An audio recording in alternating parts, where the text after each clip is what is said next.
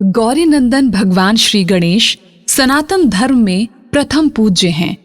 रिद्धि सिद्धि और बुद्धि के देव भगवान गणपति जी भाद्रपद महीने के शुक्ल पक्ष की चतुर्थी को प्रकट हुए और इस दिन को गणेश चतुर्थी के पर्व के रूप में मनाया जाने लगा। मंदिरों पंडालों से लेकर घर घर में बड़े ही जोर शोर से श्री गणेश जी के आगमन की तैयारियां चल रही हैं। मूर्तिकार प्रतिमाएं बनाने में व्यस्त हैं और महाराष्ट्र में तो अलग ही रौनक देखने को मिलती है। तो आइए इस बार आपको बताते हैं कि गणेश चतुर्थी का शुभ मुहूर्त क्या है, ये कब है और इसके पूजन की विधि क्या है। और ये सारी जानकारी देंगे एस्ट्रोलॉजर योगेश शर्मा जी। 7 सितंबर 2024 दिन है शनिवार और इस दिन है गणेश चतुर्थी। गणेश चतुर्थी यानी जिस दिन हम मिट्टी के गणपति लाके अपने घर में या अपने पंडाल में स्थापित करते हैं, उनसे सभी विघ्न बाधाओं को हरने की प्रार्थना करते हैं और फिर एक दिन या चतुर्दशी वाले दिन उनको जाके विसर्जित करके आते हैं। मन में एक सवाल आता है कि किस समय पे गणपति जी को स्थापित किया जाए, और एक और सवाल भी बहुत लोगों के मन में आता है कि ये हम क्यों करते हैं। क्यों का तो जवाब है कि गणपति जी विघ्नहर्ता है। गणपति जी की जो नेचुरल ऊर्जा है ना, ये मोटिवेशन की ऊर्जा है, उत्साह की ऊर्जा है।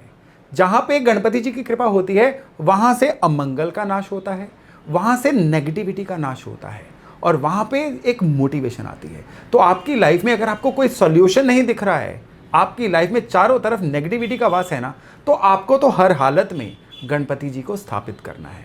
फिर एक सवाल आता है किस समय पे स्थापित करें। समय का ऐसा है कि गणपति जी हर काल के देवता हैं, हर दिशा के देवता हैं। जिस समय पे आप गणपति जी की उस दिन पूजा करना चाहो वही शुभ मुहूर्त बनेगा, ऐसा गणपति जी ने कहा है। और स्पेशली अगर आप पंडित जी को बुला के उनको स्थापित कर पाए फिर तो बढ़िया, नहीं तो केवल आप रौली का छींटा दीजिए, 2 अक्षत के यानी साबुत चावल के दाने चढ़ाइए, साथ में थोड़ा सा गुड़ और कुछ बताशे चढ़ाइए। याद रखिएगा गणपति जी को फल और फूल बड़े प्रिय हैं, ये जरूर चढ़ाइएगा।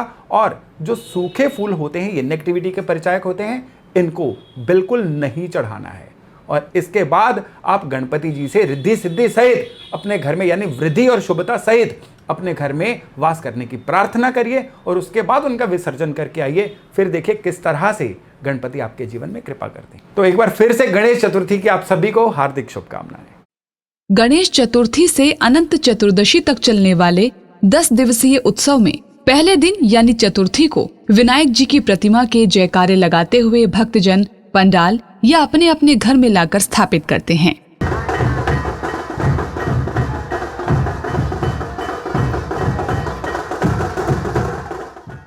हर दिन अलग अलग प्रकार के मिष्ठान, फल और भोजन का भोग लगाया जाता है और पूरा परिवार मिलकर भगवान गणेश की आरती कर सुख शांति और वैभव की कामना करता है।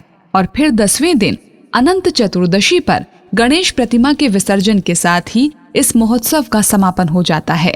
वैसे तो हर महीने की चतुर्थी तिथि पर गणपति की पूजा होती है, लेकिन भादो महीने के शुक्ल पक्ष की चतुर्थी का विशेष महत्व है क्योंकि इसी दिन ही गणपति प्रकट हुए थे। गणेश जी के जन्म को लेकर एक कथा आती है।